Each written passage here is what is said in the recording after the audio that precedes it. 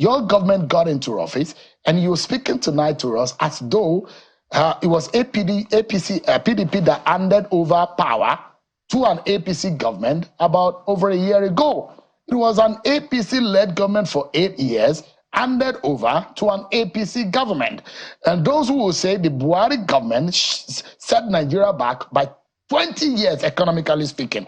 Mr. Morka, our inflation rate, 34%. Food inflation, 37%. Unemployment rate. Do you know what they say? 28 years. It hasn't been that bad for some of these indicators.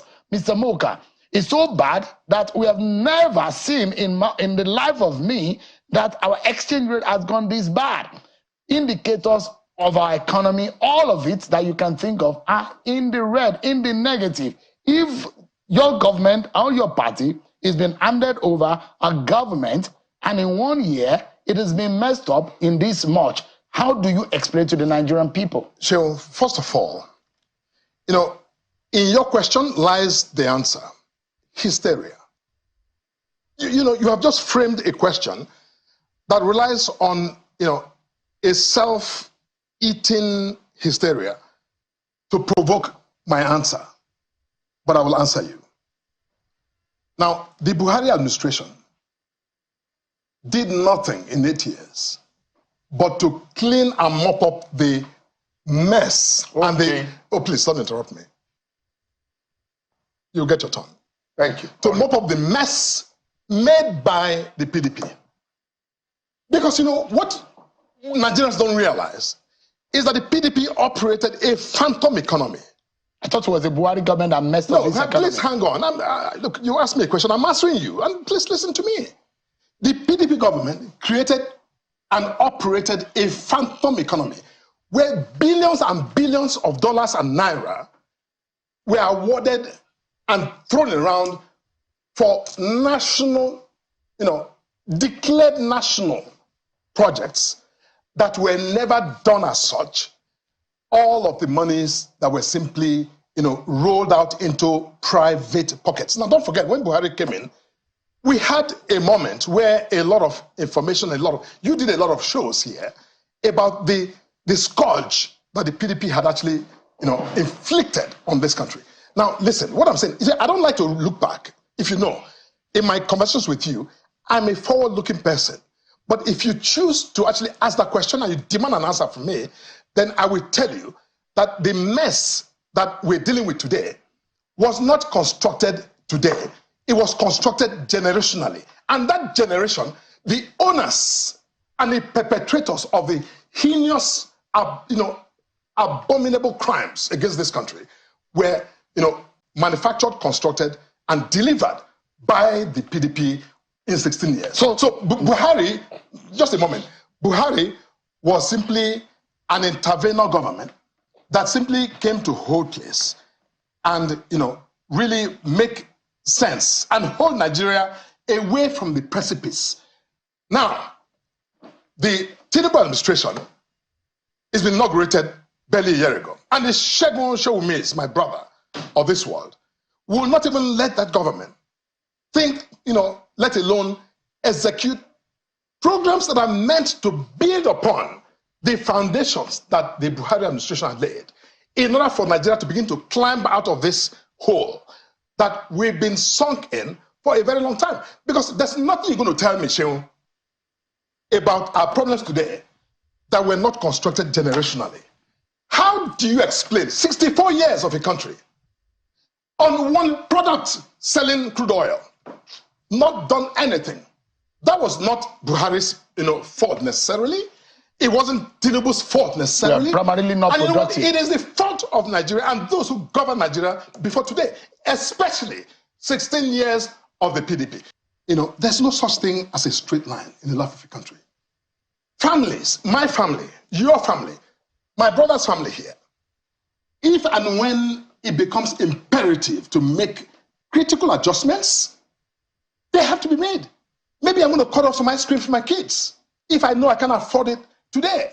Doesn't mean they will never have ice cream. They may actually begin to buy ice cream factories when the economic moment and when the opportune moment actually becomes. I am saying to you today, and let me say this before I think you take over, I will tell you that this president has begun with Nigeria to set Nigeria on a path that will, today, I sit here and I'm going to say this. And I think that a few years from now, bring Mr. Shomi and I back here. Okay. Mr. Shomi will testify that this president will be, after, in the fullness of his tenure, will be about, if not the most accomplished president in the history of our country. Because he is not, like I said, kicking the can to the next president. He's saying, you know what, this problem will be solved on my watch. That's what he's doing. So all of what you're seeing, the momentary transient difficulties, are part of the organized, interventions, and it will deliver a more prosperous country for all of us. Quickly, before I bring Mr. Shewumi, without conceding to what you have said about what has happened in the past, our Buhari government, because I would not agree with you on the life of me that Buhari government did anything substantially creative when it comes to the Nigerian economy. They've done some of the worst things, and I can reel out indicators. The facts are there. But we are in the present, in the moment, and let's talk about the moment. This president has said, leave me to it. I begged for this job. I wanted this job, and we get the job done. The problem here is that when things are astronomically changing in the negative, what do you expect Nigerians to do? Yes, things are tough momentarily, but they are getting tougher in the percentage that are astronomical. And the fear for those who love this country is that if we are not careful, we will sleep, wake up, and there won't be any nation. We won't, Shewon. We won't. What assurance do you have? No, Did you ever expect, Mr. Morka, that dollar will exchange for 1,600 naira in Nigeria 2 years ago? Did you ever expect? Yes. Did you ever expect that we're going to buy fuel at over 1,000 naira? Listen. Those are some of the fears that people have today. Listen, it's not complicated. Anybody who has basic, elementary knowledge of economics knows.